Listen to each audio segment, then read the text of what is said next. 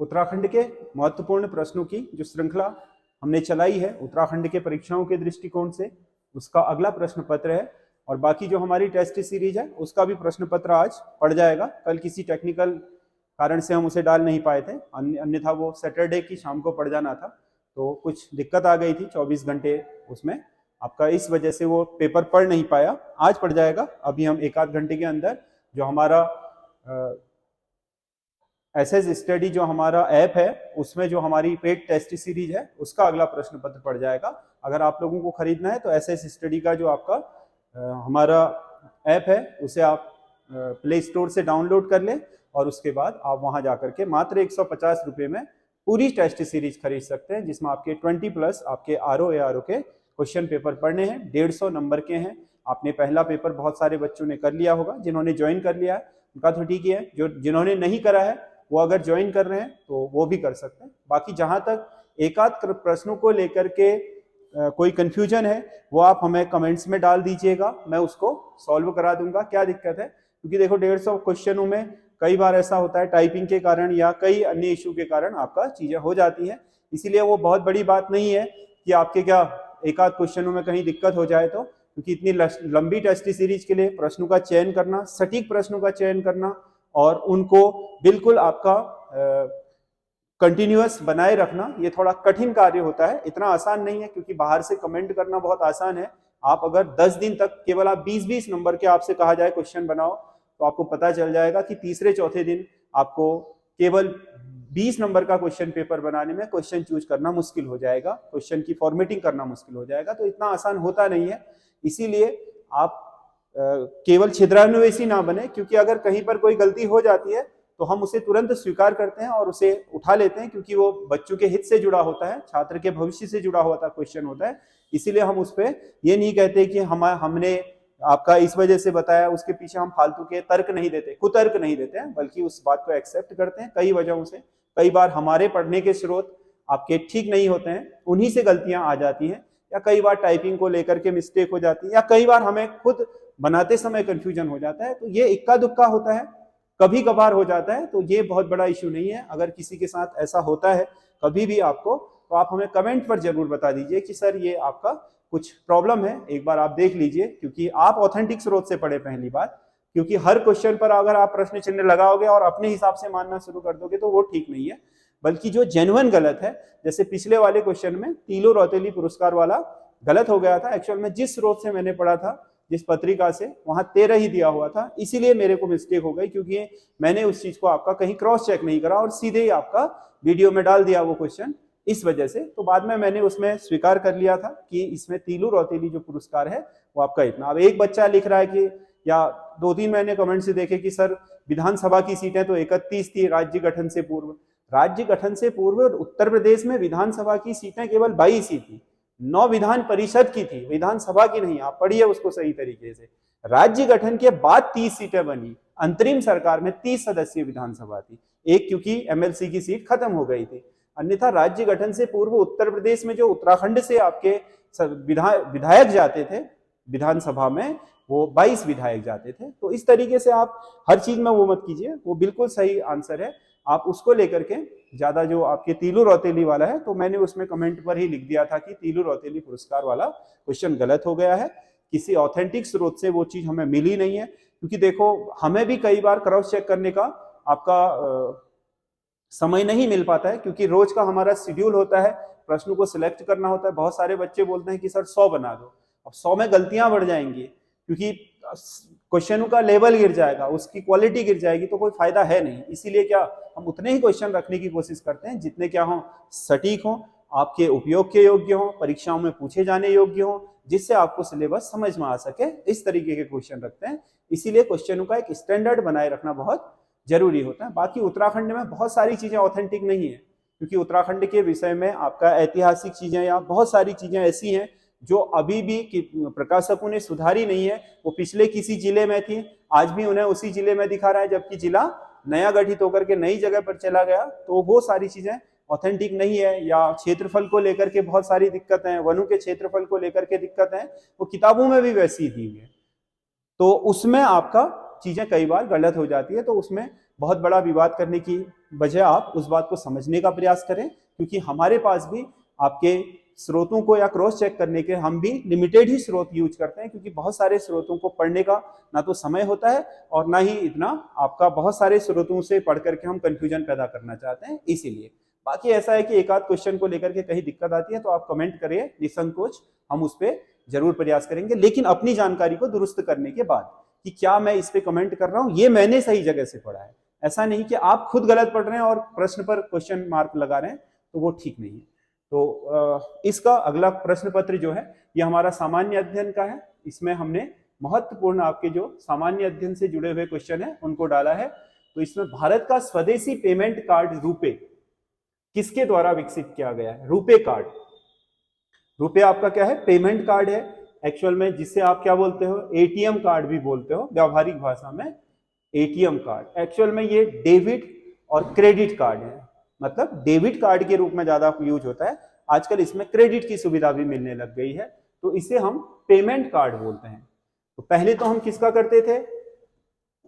Visa और master card का करते थे, ज्यादातर मास्टर कार्ड और वीजा का ही उपयोग करते थे, लेकिन अब हम किसका करने लग गए हैं? रुपे। यह हमारा स्वदेशी है और इसे तैयार किया है National Payment Corporation of India ने। National Payment Corporation of India द्वारा रुपे कार्ड तैयार किया गया। अगला क्वेश्चन है, निम्नलिखित में से किस एक राज्य से होकर कर्क रेखा गुजरती है? चार ऑप्शन दिए हैं, किससे गुजरती है? 8 राज्यों से गुजरती है। गुजरात है, राजस्थान है, मध्य प्रदेश है, छत्तीसगढ़ है, झारखंड है, पश्चिम बंगाल है, आपका त्रिपुरा है और मिजोरम है। इन 8 राज्यों से होकर के गुजरती है। तो इसमें आपका जो बिहार है इससे नहीं, नागालैंड से नहीं, मेघालय से नहीं, तो जो 8 राज्यों से गुजर रही है उसमें आपका झारखंड आता है। तो इसमें से विकल्प झारखंड है, यानी कि विकल्प सी सही आंसर होगा। उसके बाद अगला क्वेश्चन है, पश्चिमी हिमालय की शीतोष्ण पेटी में निम्नलिखित में से किस वृक्ष का बाहुल्य? पश्चिमी हिमालय की शीतोष्ण पेटी मतलब जो हमारा पश्चिम की तरफ हिमालय है उसकी शीतोष्ण, हिमालय मतलब जिसमें वृक्ष उगता है, शीतोष्ण मतलब शीत और उष्ण, यानी कि टुंड्रा प्रदेश नहीं, बर्फ वाला नहीं, मतलब मध्य हिमालय की जो थोड़ा ठंडी वाली जलवायु प्रदेश है उसमें किस वृक्ष का बाहुल्य कह रहा है? तो उसमें आपका देवदार बाहुल्य। अगर आप हिमाचल प्रदेश, जम्मू कश्मीर की पट्टियों में देखोगे तो आपको उत्तराखंड के पश्चिम से देवदार वृक्ष की बाहुल्यता ज्यादा दिखेगी पश्चिम की तरफ। दमन और दीव के बारे में कौन सा कथन सत्य है? यह ब्रिटिश उपनिवेश रहा था, गलत है, क्योंकि ये ब्रिटिश नहीं बल्कि ये पुर्तगाली उपनिवेश रहा था, यानी कि ये पुर्तगाल के कब्जे में था। दमन और द्वीप के बीच खंबात की खाड़ी है, बिल्कुल, दमन और द्वीप के बीच, दमन यहाँ है, द्वीप यहाँ है, तो इन दोनों के बीच ये खंबात की खाड़ी स्थित है, बिल्कुल सही है। यह 1961 में भारत को प्राप्त हुआ, भारत ने पुर्तगालियों से 1961 में वापस लिया। इसे दादर और नागर हवेली के साथ मिला दिया गया है। अब ये दादर और नागर हवेली तथा दमन द्वीप कहलाता है, ये भी सही है। तो इसमें विकल्प होंगे 2, 3 और 4, यानी कि कौन सा विकल्प सही होगा? विकल्प 2, 3 और 4 वाला सही होगा, यानी कि विकल्प बी, ये वाला इसका सही आंसर है। अगला क्वेश्चन है, एशियाई जंगली गधों के लिए प्रसिद्ध है। एशियाई जंगली गधे, जंगली गधों का जो भारत में अभयारण्य है वो है कच्छ का रण। गुजरात के कच्छ में एशियाई जंगली गधे बहुत बड़ी मात्रा में पाए जाते हैं, इसके लिए यह आपका जंगली गधा अभयारण्य बनाया गया है। अगला क्वेश्चन है, जनसंख्या नीति 2000 के अनुसार किस वर्ष तक देश की जनसंख्या स्थिर करने का लक्ष्य रखा गया है? जनसंख्या नीति 2000 के अनुसार स्थिर करने का लक्ष्य रखा गया है, मतलब स्टेबल हो जाए, वृद्धि दर रुक जाए, और 2 के 2 होने लग जाएंगे तो वृद्धि दर रुक जाएगी। तो जनसंख्या नीति 2000 में 2045 का लक्ष्य तय किया गया है। ये माना भी जा रहा है कि 2045 तक 1.67 आपका अरब, वो 1 अरब 67 करोड़ जब भारत की आबादी हो जाएगी तो उसके बाद इसमें स्थायित्व आना शुरू हो जाएगा, मतलब स्टेबल हो जाएगी, रुक जाएगी, फिर जनसंख्या वृद्धि नहीं होगी। तो 45 तक आपका ये लक्ष्य आपका भारत सरकार ने पूरा करने का लक्ष्य निर्धारित किया है। निम्नलिखित में से कौन सी जनजाति प्रोटो ऑस्ट्रोलाइट जनजाति से संबंधित है? प्रोटो ऑस्ट्रोलाइट, भूमध्य रेखीय प्रोटो ऑस्ट्रोलाइट, अल्पाइन और आपका मंगोलाइट, ये प्रजातियां भारत में मुख्य रूप से पाई जाती हैं। तो उसमें से जो प्रोटो ऑस्ट्रोलाइट है, ये प्रोटो ऑस्ट्रोलाइट जो जनजाति के लोग हैं वो हैं संथाल। भारत की सबसे बड़ी जो जनजातीय समूह है उनमें से एक है, गौड़ है, संथाल है, ये आपके सबसे बड़े जनजातीय समूह है। तो संथाल आपका क्या है, संथाल जो है इनके जो पूर्वज हैं वो प्रोटो ऑस्ट्रोलाइट प्रजाति, मतलब ये खुद प्रजातीय रूप से प्रोटो ऑस्ट्रोलाइट है। अगला क्वेश्चन है, भारत के दूसरे वित्त आयोग के अध्यक्ष कौन थे?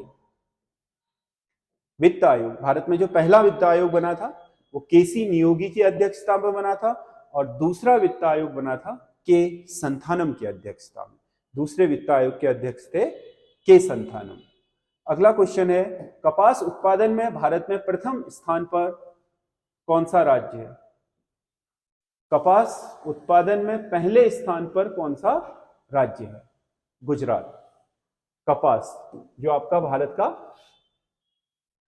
दक्कन ट्रैप है,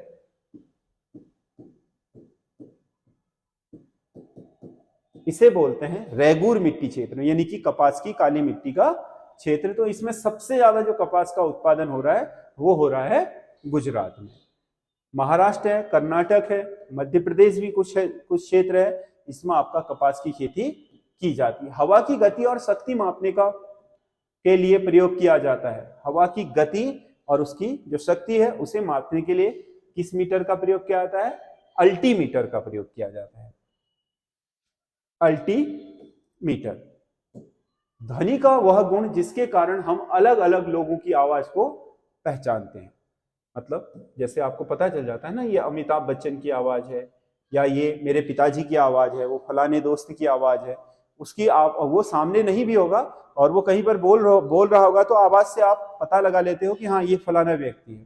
तो ये आवाज के जो डिफरेंस होते हैं, प्रत्येक की आवाज क्या होती है? अलग होती है। तो ये आवाज के जो डिफरेंस होते हैं वो होते हैं ध्वनि के गुणता के कारण। ध्वनि के 3 गुण हैं, तीव्रता, तारत्व और गुणता। तो जो गुणता है वही आपका क्या है? ध्वनि को पहचानने में मदद करता है कि यह ध्वनि किस व्यक्ति की है, या रेल की ध्वनि, या ट्रक का हॉर्न, या फिर कार का हॉर्न, मोटरसाइकिल का हॉर्न, ये सब इनमें जो अंतर पैदा होता है वो अंतर आपके ध्वनियों के बीच इसी गुण के कारण होते हैं। या लोगों की जो आवाज होती है वो भी सबकी अलग अलग होती है, इसी गुण के कारण होती है। कौन सी धातु अर्धचालक के रूप में ट्रांजिस्टरों में प्रयोग की जाती है?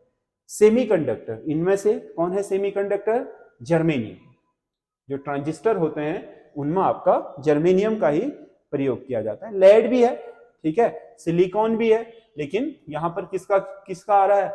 जर्मेनियम का आ रहा है। वो भी आपके, उसका भी आपके प्रयोग किया जाता है, खासकर सिलिकॉन का, और लेड का भी उपयोग किया जाता है बहुत सारी जगह। अल्प सूचना प्रस्ताव में प्रश्न पूछने हेतु सूचना की न्यूनतम अवधि होती है। न्यूनतम अवधि 10 दिन, यानी कि 10 दिन की अल्प अवधि में भी आप क्वेश्चन को पूछ सकते हैं संसद में। वैसे नहीं तो आप जब क्वेश्चन रखते हैं तो उससे पहले आपने जो लोकसभा या राज्यसभा का सचिवालय है वहां अपना प्रश्न पहुंचाना पड़ता है, उसके लिए आपको समय दिया जाता है। मतलब उसमें बहुत लंबी प्रोसेस होती है प्रश्न पूछने में। अल्प सूचना की जो अवधि के प्रश्न होते हैं वो 10 दिन के अंदर की सूचना के अंदर अंदर पूछे जा सकते हैं। अगला क्वेश्चन है, संविधान संशोधन की प्रक्रिया संविधान के किस भाग में है? संविधान में जो 22 भाग हैं उसमें से संविधान संशोधन प्रक्रिया जो अनुच्छेद 368 है वो है भाग 20 में। अगला क्वेश्चन है, भारत के मुख्य न्यायाधीश के रूप में कार्यवाहक राष्ट्रपति कौन बने थे? मुख्य न्यायाधीश रहते हुए कार्यवाहक राष्ट्रपति बने थे एम हिदायतुल्ला। क्योंकि जिस समय ये राष्ट्रपति बने उस समय बीवी गिरी उपराष्ट्रपति रहते हुए आपके भारत के कार्यवाहक राष्ट्रपति थे। लेकिन चुनाव में भाग लेने के लिए बीवी गिरी ने क्या करा? उपराष्ट्रपति के पद से इस्तीफा दे दिया, तो वो अपने आप ही राष्ट्रपति पद से हट गए कार्यवाहक। अब वरीयता क्रम में अगर उपराष्ट्रपति नहीं है तो भारत के राष्ट्रपति के कर्तव्यों और उत्तरदायित्वों का निर्वहन करता है कौन? भारत का मुख्य न्यायाधीश, यानी कि राष्ट्रपति वो बन जाएगा उस समय के लिए। तो एम हिदायतुल्ला उस समय भारत के क्या थे? मुख्य न्यायाधीश थे, तो उन्होंने राष्ट्रपति का कार्यवाहक पद संभाला था वीवी गिरी के इस्तीफा देने के कारण, क्योंकि वीवी गिरी खुद आपके क्या थे, कार्यवाहक थे। इस वजह से उन्होंने जब उपराष्ट्रपति पद से इस्तीफा दिया राष्ट्रपति का नामांकन कराने के लिए, तो सीट खाली हो गई। इस वजह से कुछ दशाओं में गिरफ्तारी और निरोध से संरक्षण कौन सा मौलिक अधिकार प्रदान करता है? कुछ दशाओं में गिरफ्तारी, यानी कि आपको गिरफ्तार किया जाना, आपका फोन टैप किया जाना, ये सब चीजें, या निवारक निरोध के लिए किसी विशेष व्यक्ति को कानून बंदी बना लेता है, तो ये अधिकार आपका स्वतंत्रता का अधिकार है अनुच्छेद 22 में। 19, 20, 21 और 22 चार अनुच्छेद स्वतंत्रता के अधिकार के अंतर्गत आते हैं। अगला क्वेश्चन है, भारत छोड़ो आंदोलन के समय राष्ट्रीय कांग्रेस के अध्यक्ष कौन थे? भारत छोड़ो आंदोलन के समय राष्ट्रीय कांग्रेस के अध्यक्ष कौन थे? भारत छोड़ो आंदोलन 1942 में, भारत की आजादी के समय नहीं, आजादी के समय तो पट्टाभी सीतारामैया नहीं, जेबी कृपलानी स्वतंत्र भारत के पहले, और जो 1942 में भारत छोड़ो आंदोलन हुआ था, क्योंकि ये भारत छोड़ो ही पूछ रहा है, स्वतंत्र भारत के पहले जेबी कृपलानी बने थे, नहीं आजादी के समय जेबी कृपलानी थे 1947 में जब भारत आजाद हुआ, ठीक है। और भारत छोड़ो आंदोलन के समय थे मौलाना अबुल कलाम आजाद, 1942 में मौलाना अबुल कलाम आजाद ने अध्यक्षता की थी और लंबे समय तक रहे, क्योंकि भारत छोड़ो आंदोलन के समय कांग्रेस के अधिवेशन नहीं हो पाए, तो इसीलिए अध्यक्ष पद बना रहा है इनके पास। इल्बर्ट बिल विवाद किससे संबंधित था? 1884 में आपके जो लॉर्ड रिपन है वो एक बिल लाया था, जिसके अनुसार अधीनस्थ न्यायालयों के जो आपके जिला न्यायालयों से नीचे के जो न्यायालय होते हैं, उनके जो न्यायाधीश हैं वो प्रमोट होकर के जिला न्यायालय में आ सकते थे, क्योंकि जिला न्यायालय में अंग्रेजों की भी सुनवाई होने लग जाती थी, उससे नीचे नहीं होती थी, और उससे नीचे भारतीय आपके न्यायाधीश भी होते थे। जैसे ही अधीनस्थ न्यायालयों से जिला न्यायालय में भारतीय प्रमोट हुए, तो उनके अधीन अंग्रेजों के निर्णय करने के अधिकार भी आ गए। ये अंग्रेजों के लिए बहुत ही आपका अपमानजनक बात थी कि उनके गुलाम ही उनका निर्णय ले, इसीलिए उन्होंने बड़ा विरोध किया इसका। तो ये आपका न्यायपालिका में नियुक्ति से संबंधित विवाद था, जिसके कारण लॉर्ड रिपन को भारत से इस्तीफा देकर के जाना पड़ा था। अगला एनजीटी, नेशनल ग्रीन ट्रिब्यूनल, जो आपका पर्यावरणीय आपके केसों की सुनवाई के लिए, पर्यावरणीय वादों की सुनवाई के लिए या उसके निपटारण के लिए भारत सरकार द्वारा 2010 में नेशनल ग्रीन ट्रिब्यूनल बनाई गई है दिल्ली में, जिसका आपका मुख्यालय है। तो उसके जो नए आपके अध्यक्ष बने हैं नेशनल ग्रीन ट्रिब्यूनल के, वो जस्टिस प्रकाश श्रीवास्तव बने हैं, जस्टिस प्रकाश श्रीवास्तव। एनजीटी में आपके वैसे तो 20 सदस्य आपके न्यायिक होते हैं, 20 सदस्य आपके गैर न्यायिक या पर्यावरण से जुड़े होते हैं, लेकिन वर्तमान में 10-10 का रेशियो बनाया गया है, उसी से आपका ग्रीन ट्रिब्यूनल चलाई जाती है। खेलो इंडिया महिला लीग का नाम बदलकर हो गया है खेलो इंडिया महिला लीग, खेलो इंडिया महिला लीग को कर दिया गया है अस्मिता महिला लीग। खेलो इंडिया का नाम बदल करके कर दिया है अस्मिता महिला लीग। अगला 69वें राष्ट्रीय फिल्म पुरस्कार में सर्वश्रेष्ठ अभिनेता का पुरस्कार दिया गया है। 69वें राष्ट्रीय जो फिल्म पुरस्कार हाल ही में बांटे गए हैं, उसमें सर्वश्रेष्ठ अभिनेता का पुरस्कार मिला है अल्लू अर्जुन को पुष्पा मूवी के लिए, और सर्वश्रेष्ठ अभिनेत्री का पुरस्कार मिला आपका आलिया भट्ट को आपका गंगूबाई के लिए। तो ये आपका अगला क्वेश्चन है, स्वच्छ वायु सर्वेक्षण 2023 में पहले स्थान पर कौन सा शहर रहा है? इंदौर, इंदौर ही होगा। आप थोड़ा बहुत पता नहीं है तो इसमें इंदौर के साथ कॉमन सेंस से भी जा सकते हैं, क्योंकि इंदौर ने बहुत शानदार आपके सफाई व्यवस्था करी है। स्वच्छता सर्वेक्षण के हर मानक में इंदौर भारत में लगभग नंबर 1 है, हर मानक में स्वच्छता के। कौन सा एक डिवाइस माउस की तरह कार्य करता है? कौन सी कंप्यूटर डिवाइस है जो माउस की तरह भी काम कर सकती है? Track ball, track ball. इससे भी हम माउस की तरह ही आपके कर्सर को इधर उधर ले जाने का काम या क्लिक करने का काम कर सकते हैं।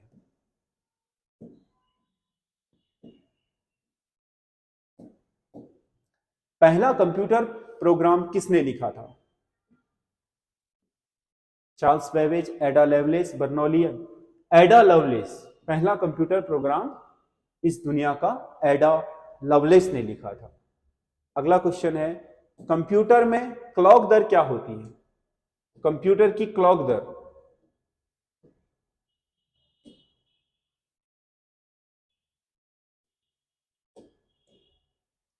कंप्यूटर की क्लॉक दर किसे बोलते हैं? कंप्यूटर की क्लॉक दर होती है सीपीयू के कार्य करने की गति को कंप्यूटर की क्लॉक दर कहा जाता है। तो ये आपके 25 क्वेश्चन है। इनका पीडीएफ हमारे टेलीग्राम चैनल से प्राप्त कर ले आप। वहां से करने के बाद इसका मिलान कर लें और हमें कमेंट करके बताइए कि आपको कैसे लगा, और कहीं पर हमसे अगर कहीं कोई मिस्टेक हो जाती है तो हम उसके लिए आपको तुरंत उसका रिप्लाई देते हैं कि ये चीज आपके गलत हो गई है और इसे आप ठीक कर लीजिएगा, ताकि आपको किसी भी तरह का भविष्य में कंफ्यूजन ना रहे।